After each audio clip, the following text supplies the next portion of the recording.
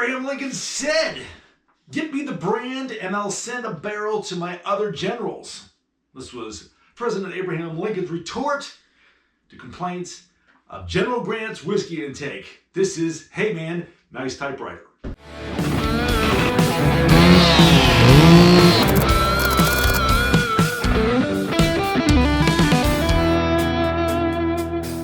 Well, hello everybody. Welcome to a Memorial Day broadcast here. It's kind of a somber day, and we have a little bit of a somber piece thinking about war and peace and our role in it and all that stuff. Here's the Nighthawk available, joshurban.substack.com if you prefer to read it. Let's get into it. America's Social Bulletin, volume 154, May 27th, 2025. Published a day early online. And here, Monday and Tuesday. They cut hay at Appomattox. Round bales pop up in the green fields like mushrooms or a snowfall during the night. Not quite inanimate. They always remind me of the war dead, ghosts of old soldiers, here, then vanished, asking something, but I don't know what. Daisies poked up through the tall grass outside of Bedford, spangling the countryside with 10,000 stars. I drove along and thought of the 23 boys long gone, fallen to the machine guns in Normandy. The news landed so heavy on the tiny town in 1944 that the National Memorial sits nearby.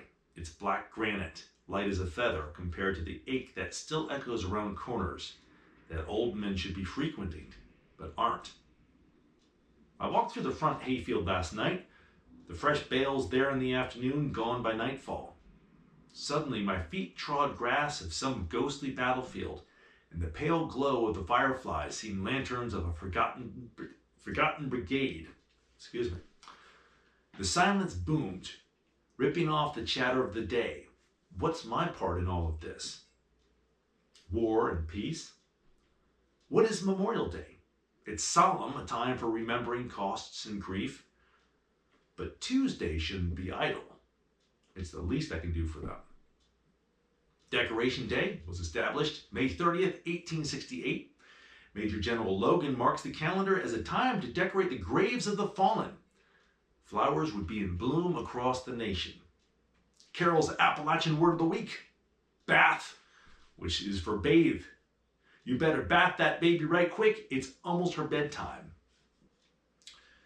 Our song of the week is Dire Straits' Brothers in Arms from 1985, the title track to this first album. Sold over 1 million CDs. This somber tune is fitting for the somber day. And then we have this little picture right here. This old-timey song, Mary's Song. Slade and Perkins' composition from 1870 commemorates the occasion. Here's the fancy cover sheet. And you can write to us. The Nighthawk is a new old-fashioned way to connect, published weekly. You're invited to write. That's right. You're invited to write back. Or just enjoy reading. Let's have some fun. It's a social paper. Send stories, etc. to P.O. Box 783, Rustburg, Virginia, 24588, or my email, joshurban@protonmail.com. And now, the back. Letters from Josh, those AI babies. It's AI Baby, number 234. Howdy, folks, and welcome back to the show. What's the deal with AI, Josh? Good question. Time for an update. Nobody knows.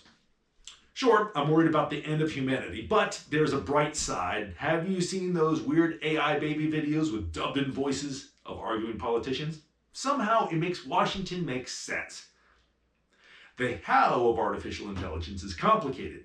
I barely understand that I don't understand it, and this doesn't translate so well in my talks. Scrunch faces all around.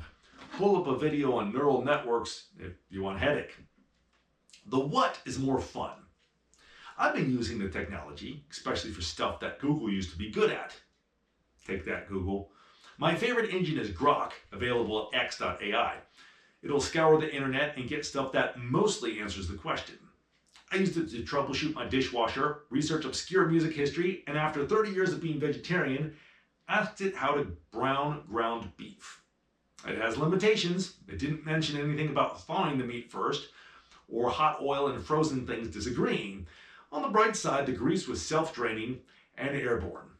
Pity the floor isn't self-cleaning. I half expected it to say in a robotic voice, "I cannot fix stupid, does not compute."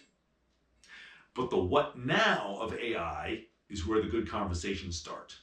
We're the anti-human, no, excuse me, not anti-human, we're the anti-robot task force, I tell the audience. And we get into what it means to be human. Every person seems to have a pause for this new miracle and a raised eyebrow. I agree, don't doubt your senses. Is it a beast from Revelation, the Terminator, or a mildly useful convenience? We don't know yet, but all signs point to it creating a fake reality that's so convincing it will be undetectable. See arguing political baby videos. How will we know what's real online? A bold prediction? We won't. And the solution? What's the task force to do? That anti-robot task force, Somebody said maybe we'll have to start talking with each other again. Face-to-face, in-person, genuine. I like this idea. The future is impossible to predict. We can only work on building it, so I'm focusing on the real. The reminders can be delicious. A pal dropped off a batch of mead brewed for my backyard bees. I poured a glass last evening and stole out to the porch. The fireflies sparkled low over the hay and rain clouds gathered on the mountain. A horse snorted, answering the bullfrogs singing in the sweet night air. Can't fake that, baby. Catch you on the flip side. Josh, and you can send your letters and your paper letters and your thoughts to P.O. Box Rustburg, or P.O. Box 783, Rustburg, Virginia 24588, or on X @RealJoshUrban. Thank you for watching, and we'll catch you on the flip side.